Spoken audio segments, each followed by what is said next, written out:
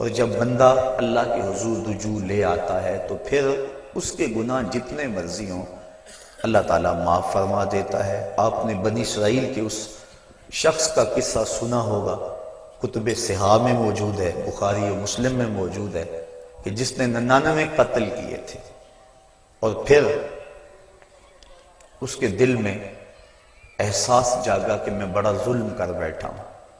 اس وقت کے ایک راہب کے پاس گیا جو عبادت گزار تھا، اس کو جا کے کہا میں 99 اشخاص کا قاتل ہوں، اب توبہ کے لیے دل میں آرزو پیدا ہوئی ہے، بتاؤ میرا رب مجھے معاف کر دے گا؟ تو اس نے کہا نہیں، اتنے قتل اور معافی یہ کیسے ہو سکتا ہے، چونکہ وہ خشک زاہد تھا، علم کے نور سے مالا مال نہیں تھا۔ اس نے کہا نہ معافی نہیں ہے۔ اس نے کہا جب معافی نہیں ہے تو پھر 99 کیا اور 100 کیا؟ اس نے اس کو بھی قتل کر دیا، اور حدیث میں آتا ہے 100 کی تعداد پوری ہو گئی، لیکن دل میں جو امنگ پیدا ہوئی تھی، تڑپ تھی، وہ بدستور موجود تھی، وہ اس کو چین سے نہیں بیٹھنے دے رہی تھی۔ پھر کسی کے پاس گیا، مجھے بتاؤ میں توبہ کرنا چاہتا ہوں، کوئی راستہ بتاؤ۔ کسی نے کہا فلاں بستی میں اللہ کے کچھ بندے رہتے ہیں، تو جا ان کے پاس چلا جا اور ان کے ساتھ مل کے عبادت کر، اللہ تیرے گناہوں کو معاف فرما دے گا۔ جہاں اللہ والے ہوں وہاں اللہ کی رحمتیں برستی ہیں، اور اہل اللہ کے قریب جا کے توبہ کریں تو توبہ جلد قبول ہوتی ہے۔ ایک بزرگ فرماتے ہیں کہ میں جا رہا تھا بازار میں تو ایک شرابی نالی میں گرا ہوا تھا، مجھے ترس آیا، میں نے شفاف پانی منگوایا اور اس کو نالی سے اٹھوا کر اس کا منہ دھویا۔ انسان ہے اور یہ گندی نالی کے اندر گرا ہوا ہے اور گندا پانی اس کے منہ سے لگ کے گزر رہا ہے، مجھے ترس آیا اس پر، میں نے اس کا منہ دھو دیا۔ پھر میں چلا گیا۔ تہجد کے وقت جب میں مسجد میں گیا تو کیا دیکھتا ہوں کہ وہ شرابی مصلی پہ کھڑا ہے۔ میں نے کہا مالک یہ شرابی اور میں اس کو مصلی پہ دیکھ رہا ہوں؟ کہا میرے بندے تو نے اس کا منہ دھو دیا تھا، میں نے اس کا دل دھو دیا۔ تو اللہ کے حضور جب بندے اس کے بندوں کی وساطت سے آتے ہیں تو پھر کرم اور دوبالا ہو جاتا ہے۔ تو توبہ میں اہل اللہ کی صحبت کی بڑی اہمیت ہے۔ تو وہ بندہ جس نے 99 اشخاص کا قتل کیا تھا، وہ اللہ والوں کی بستی کی سمت چل پڑا۔ ابھی کچھ فاصلہ طے ہوا تھا کہ موت کا وقت مقرر ہے، موت آ گئی۔ جنت کے فرشتے بھی آ گئے، جہنم والے فرشتے بھی آ گئے، دونوں کا تقاضا تھا کہ یہ ہمارا ہے۔ جنتیوں کی دلیل یہ تھی کہ توبہ کرنے جا رہا ہے، جہنمی کہتے تھے کہ ابھی پہنچا نہیں ہے، ابھی اس نے توبہ کی نہیں ہے، ابھی تو محض ارادہ اور عزم ہے، 100 اشخاص کا قاتل ہے، ہم ان بدبودار ٹاٹوں میں لپیٹ کر اس کی روح کو سجین میں لے جائیں گے۔ جب دونوں فرشتوں کا باہمی تکرار ہوا تو اللہ تعالیٰ نے ایک تیسرے فرشتے کو بطور فیصل ان میں بھیجا اور فرمایا کہ یہ جو فیصلہ کرے اسے قبول کر لینا۔ تو اس نے فیصلہ کیا کہ زمین کو ماپ لو، اگر آگے زیادہ ہوئی تو پھر اس کو جہنم والے لے جائیں، اور اگر پیچھے زیادہ ہے، زیادہ فاصلہ کر آیا ہے اور اللہ والوں کی بستی کے زیادہ قریب ہے تو پھر جنت والے فرشتے لے جائیں۔ اور جب فاصلے ماپے گئے تو آگے کا فاصلہ زیادہ تھا، پیچھے فاصلہ جو ہے ابھی تھوڑا طے ہوا تھا، لیکن اللہ تعالیٰ نے زمین کو حکم دیا آگے سے سمٹ جا، پیچھے سے پھیل جا۔ اس طرح زمین آگے سے سمٹ گئی اور پیچھے سے پھیل گئی، اس کو جنت کے فرشتوں کے سپرد کر دیا گیا۔ اور ایک روایت کے لفظ ہیں کہ جب وہ گرا، موت آئی، روح قبض ہونے لگی تو گرا، تو اس کو اتنا اشتیاق تھا اللہ والوں کی بستی کے قریب پہنچ کا، اللہ والوں کے پاس جا کر توبہ کرنے کا، کہ وہ مرتے مرتے بھی اپنے آپ کو گھسیٹ کے آگے کرتا رہا، اور وہ ایک بالشت اپنے سینے سے اپنے آپ کو گھسیٹ کے اس نے آگے کیا، اور جب اس کا فاصلہ ماپا گیا تو وہی ایک بالشت تھی جو اللہ والوں کی بستی کے زیادہ قریب تھا۔ تو اللہ تعالیٰ جل شانہ نے اس کی مغفرت فرما دی۔ تو اس کے حضور کتنا بڑا گناہ گار کیوں نہ ہو، وہ بخش دیتا ہے۔ کہتا ہے کون ہے جو میرے علاوہ گناہوں کو بخشے گا؟ وَمَن يَغْفِرُ الذُّنُوبَ إِلَّا اللَّهُ، کہا اللہ کے علاوہ کون ہے جو بخشے گا؟ کوئی ہے بھی تو نہیں نا جس کی چوکھٹ پہ جائیں۔ ایک بوڑھا حج کو جا رہا تھا، ایک نوجوان نے کہا مجھے بھی ساتھ لے چلو، اس نے کہا آ جاؤ، لیکن جب عرفات میں پہنچے بوڑھے نے آواز لگائی لبیک اللہم لبیک، آگے سے آواز آئی لا لبیک، تیری کوئی حاضری قبول نہیں، تو وہ پھر بھی آواز لگا رہا ہے لبیک اللہم لبیک۔ جوان نے کہا بابا جی سنا نہیں کیا جواب مل رہا ہے؟ کہا آج سے نہیں سن رہا، 70 سال سے سن رہا، 70 سال ہو گئے آتے، میں کہتا ہوں لبیک، جواب آتا ہے لا لبیک۔ تو کہا بابا 70 سال ہو گئے یہ آواز سنتے اور پھر بھی آتے ہو؟ کہا جوان اس در پہ نہ ہوں تو بتاؤ کس در پہ جاؤں، اگر نہ آؤں گا تو کہاں جاؤں گا، اور تو کوئی چوکھٹ ہے ہی نہیں، یہی تو در ہے۔ تو جب اس بوڑھے نے یہ بات کہی اللہ کی رحمت کو جوش آیا، کہا تیری پچھلی 70 حاضریاں بھی قبول اور آج کی حاضری بھی قبول۔ تو جو بندہ اس کے حضور حاضر ہوتا ہے اللہ رحمتوں سے اس کو ڈھانپ لیتا ہے۔ کہا کون ہے جو اس کے علاوہ گناہوں کو بخشے گا؟ جب بندہ اللہ کے حضور اپنی معذرت لے کر آتا ہے، حدیث شریف میں آتا ہے اللہ تعالیٰ ارشاد فرماتا ہے میرے بندے کو یقین ہے کہ میرے علاوہ اس کی کوئی اور مغفرت کرنے والا نہیں۔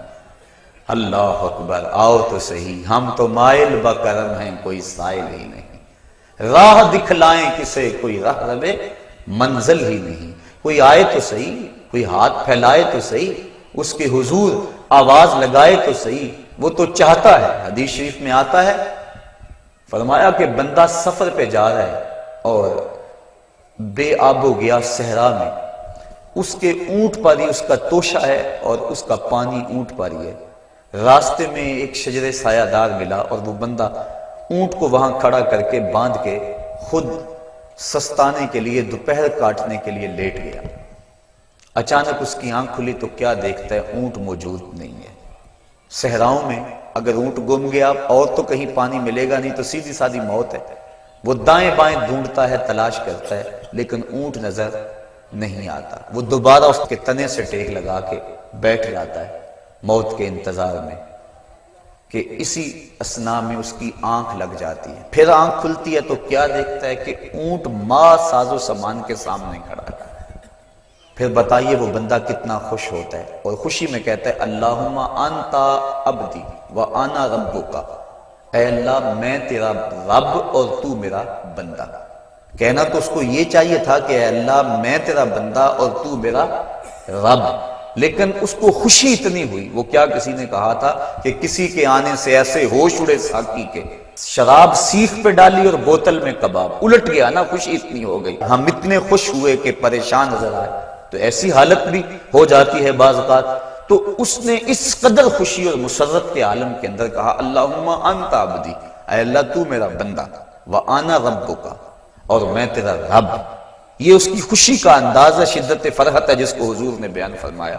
فرمایا صحابہ بتاؤ اس کو کتنی خوشی ہوئی؟ عرض کی حضور بڑی خوشی ہوئی۔ فرمایا جب کوئی بندہ توبہ کے لیے اللہ کے در پہ لوٹ آتا ہے اللہ اس سے بھی زیادہ خوش ہوتا ہے۔ اور ایک حدیث میں فرمایا کہ کوئی بندہ پیاس میں مر رہا ہو، اچانک وہ پانی کے گھاٹ کو دیکھ لے تو پانی پر پہنچ کر گھاٹ کو دیکھ کر اسے کتنی خوشی ہوتی ہے۔ جب کوئی بندہ توبہ کے لیے اس کے در پہ آتا ہے اس سے بھی زیادہ خوش ہوتا ہے۔ تو وہ کہتا ہے آؤ میرے در پہ، میری رحمت کے دروازے کھلے ہوئے ہیں۔ بندہ دھکے سے جہنم میں چھلانگے لگاتا پھرتا ہے لیکن وہ کہتا ہے نہیں نہیں، آؤ ایک مرتبہ تم بخشش مانگ لو، میں تمہارے سارے گناہوں کو معاف کر دوں گا۔ اللہ اکبر، اللہ اکبر۔ اب جو گناہ سے توبہ ہے اس کے بھی کئی درجے ہیں۔ کچھ لوگ تو ایسے ہوتے ہیں کہ جب ان کا راز فاش ہو جاتا ہے تو شرمندے ہو کے توبہ کرتے ہیں۔ بجلی چوری کرتا پکڑا گیا، اب کہتا ہے یا اللہ میری توبہ، یہ توبہ نہیں ہے، یہ اپنی شرمندگی پر ایک اظہار ہے، بس یہ توبہ نہیں ہے۔ اور حضرت ذوالنون مصری فرماتے ہیں کہ کچھ لوگ آخرت میں گناہ کی جو سزا ہے اس سے بچنے کے لیے توبہ کرتے ہیں، یہ توبہ بھی محمود ہے، لیکن فرمایا جو خواص ہیں وہ اللہ سے حیا کی وجہ سے توبہ کرتے ہیں۔ اور ایک روایت میں آتا ہے کہ حضور تشریف فرما تھے، ایک حبشی آیا، اس نے عرض کی حضور میں بڑے گناہ کرتا رہا ہوں، کیا میرا اللہ مجھے معاف کر دے گا؟ فرمایا ہاں۔ توبہ کرو اللہ معاف کر دے گا۔ وہ چلا گیا، تھوڑی دیر کے بعد پھر آ گیا اور پھر عرض کرنے لگا حضور جو میں گناہ کرتا رہا ہوں کیا میرا اللہ اسے دیکھتا تھا؟ فرمایا ہاں اللہ دیکھتا تھا۔ اس نے چیخ ماری اور مر گیا۔ تو حیا کی وجہ سے انسان توبہ کرے، یہ توبہ کا ایک اعلیٰ مرتبہ اور اعلیٰ مقام ہے۔ جب انسان گناہ کرتا ہے تو حدیث شریف میں آتا ہے کہ 4 گواہیاں پیدا ہو جاتی ہیں۔ جب کوئی بھی گناہ کرتا ہے تو 4 اس کے گواہ بن جاتے ہیں۔ ایک تو زمین، جس زمین پہ وہ گناہ کرتا ہے، یومئذ تحدث اخبارہا، اللہ قرآن مجید میں ارشاد فرماتا ہے کل قیامت کے دن زمین خبریں بیان کرے گی، زمین ساری کہانی سامنے رکھ دے گی۔ اللہ اکبر، یوم تبلی السرائر فما لہ من قوت ولا ناصر، اس دن سارے راز کھول دیے جائیں گے، ہر شے تش تش بام ہو جائے گی۔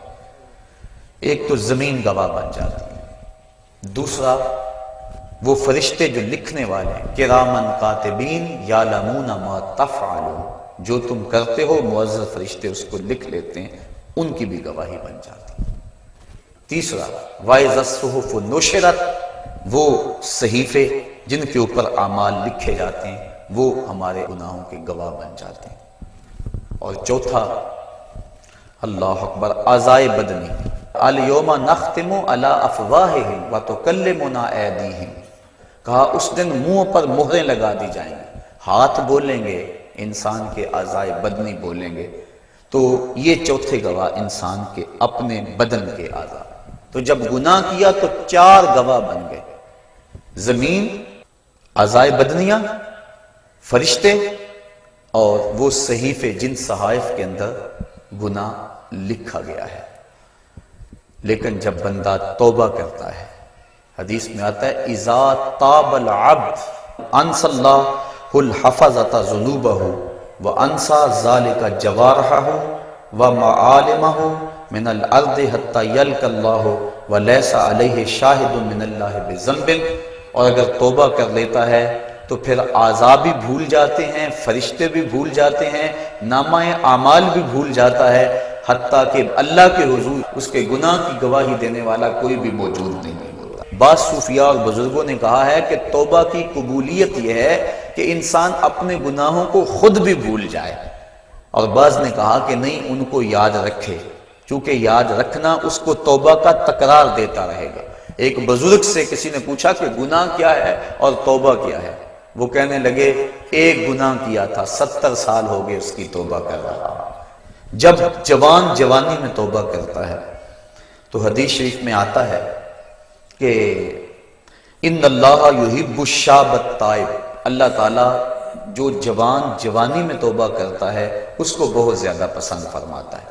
اور ایک روایت کے لفظ ہیں کہ جوانی میں توبہ کرنے والے سے بڑھ کر اللہ کا محبوب کوئی نہیں، اور بڑھاپے میں گناہوں پر اصرار کرنے والے سے بڑھ کر اللہ تعالیٰ کا مبغوث کوئی نہیں ہے۔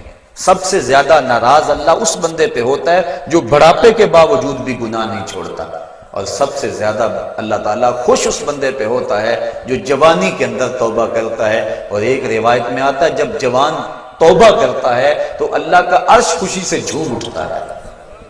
اور ایک روایت کے لفظ ہیں وَشَابٌ نَشَأَ فِي عِبَادَةِ اللَّهِ، وہ جوان جس کی جوانی اللہ کی عبادت میں گزرے۔